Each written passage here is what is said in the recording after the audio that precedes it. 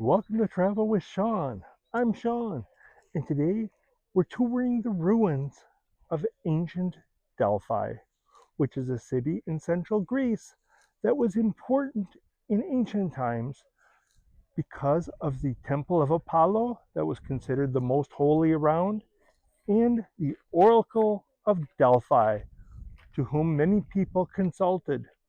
And I'll tell you more all about it coming right up.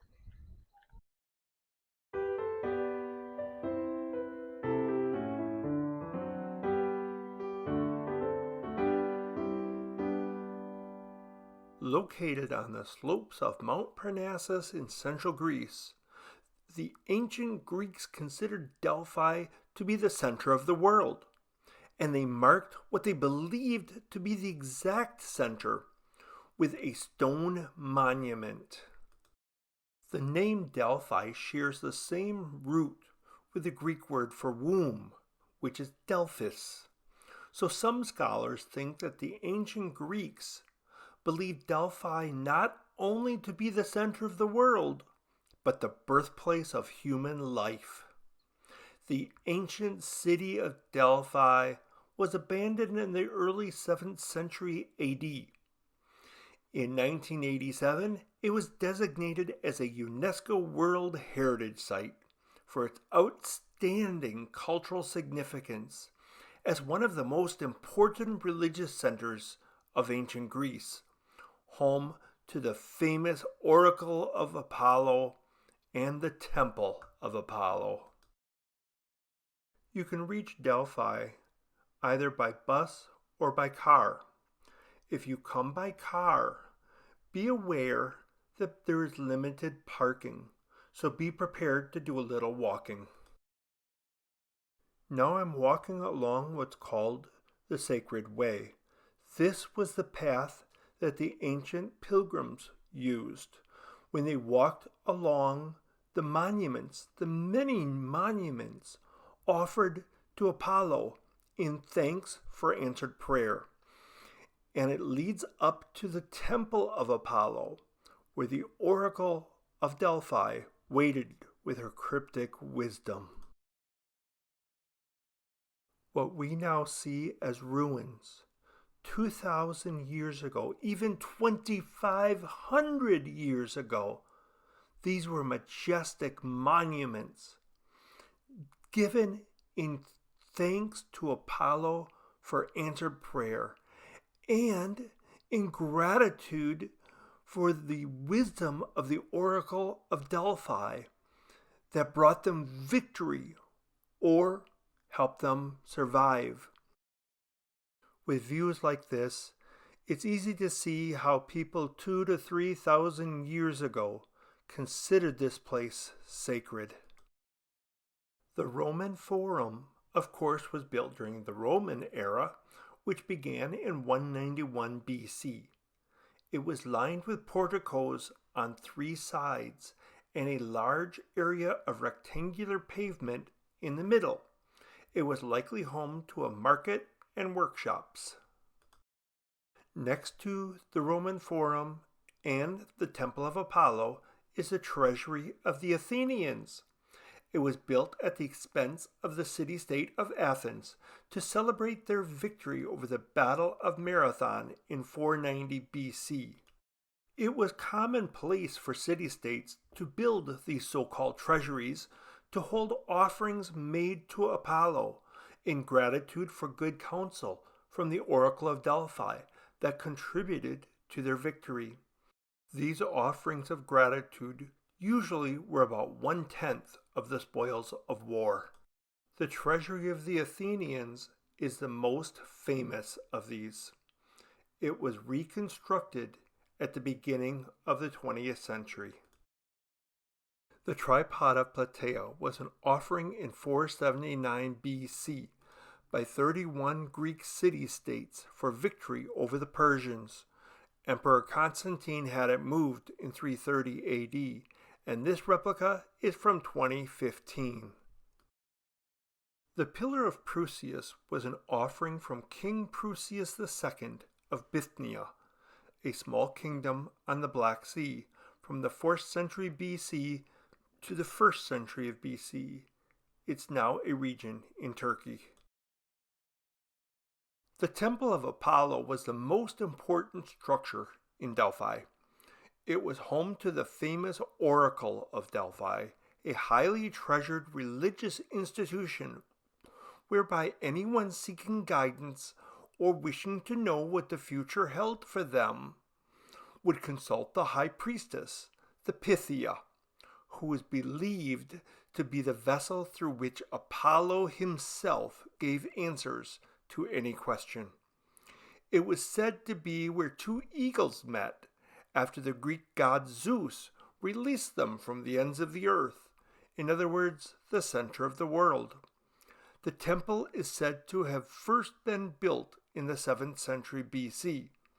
The ruins we see here are of the 3rd temple, completed in 330 BC. An earthquake in 373 BC destroyed the previous temple, and reconstruction was funded by contributions from several Greek city-states and other kingdoms. That speaks to the significant respect for the Oracle of Delphi.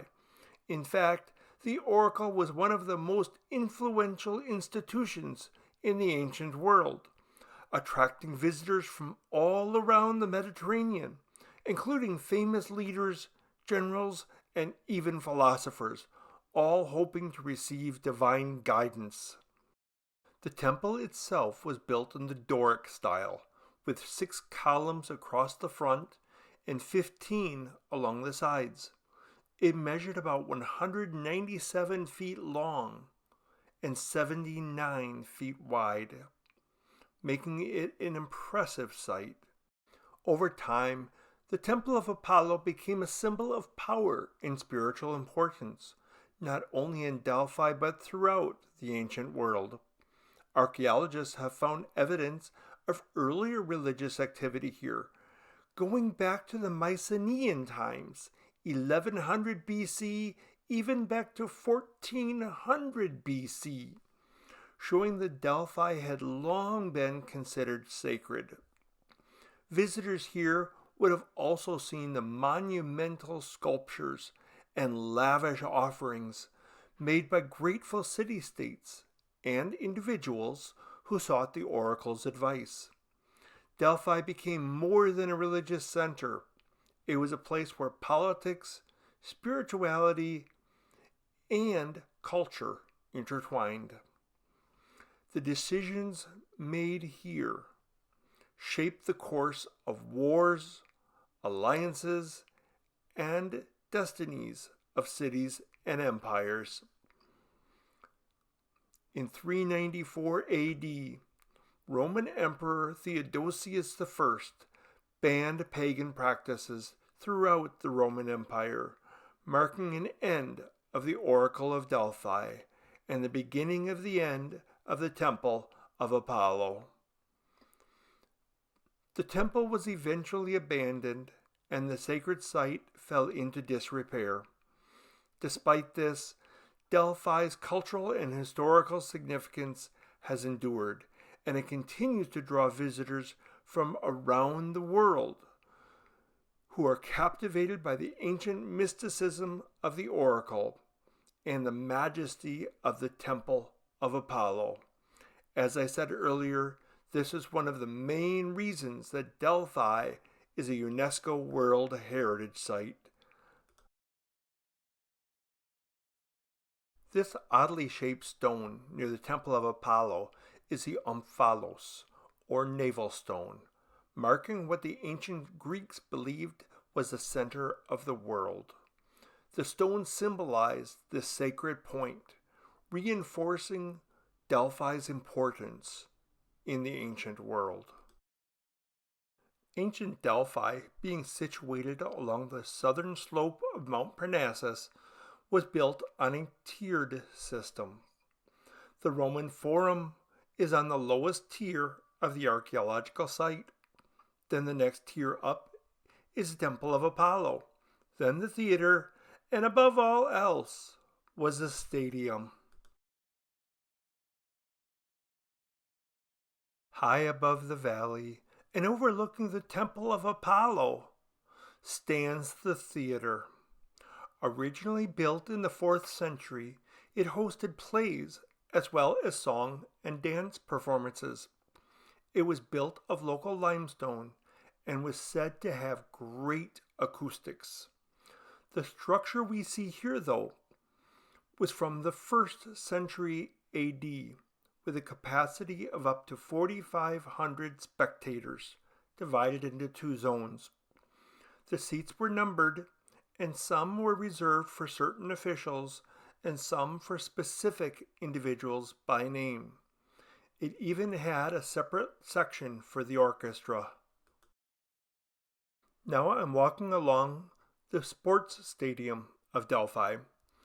It's the best preserved ancient stadium in Greece.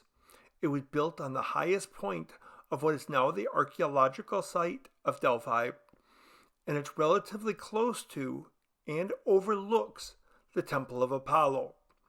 Apparently, this was also the venue for concerts at times, despite the theater having a capacity of up to 4,500 spectators. The stadium seated an audience of 6,500 people. It was built in the 4th century BC and became home to the Pythian Games, which was one of 4 games held throughout ancient Greece. The Pythian Games were held in honor of Apollo every 4 years, 2 years before and 2 years after the Olympic Games. These games were second in importance to the Olympic Games. Ancient Greeks believed that the Pythian Games were started by Apollo as penance to Zeus for killing the giant serpent called Python. Unlike the Olympic Games, the Pythian Games included art and dance competitions, and women could compete in several sports and artistic events. Despite the Roman ban on pagan practices, the Pythian Games continued at least until 424 AD. The stadium was also used for gymnastic contests, which is what we would call track and field. The oldest known competition held here is said to be the singing of Hymn to Apollo, who was a god of arts and music. The athletes and other contestants entered the stadium via passageways which were commonly used in ancient Greek stadiums and are often referred to as arched entrances. They were not only practical but symbolic, marking the transition from the outside world into the sacred space of athletic competition, often held in honor of the gods, in this case Apollo. Passing through these arches, athletes were reminded that their physical skill was a form of devotion and that victory brought not just glory, but spiritual honor as well.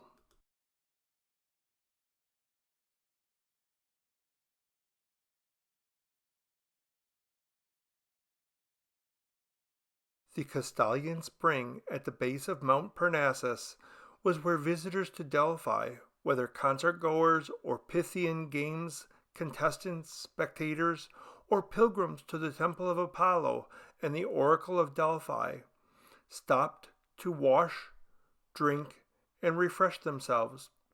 The Pythia and other priestesses of Apollo cleansed here before the beginning of a day of work. Legend says that this is where Apollo killed the serpent Python, who was guarding the spring. The Roman fountain here was constructed in the 1st century BC. Thank you for joining me in this tour of ancient Delphi. I appreciate you tuning in, and I always appreciate your support. Until next time, bye-bye.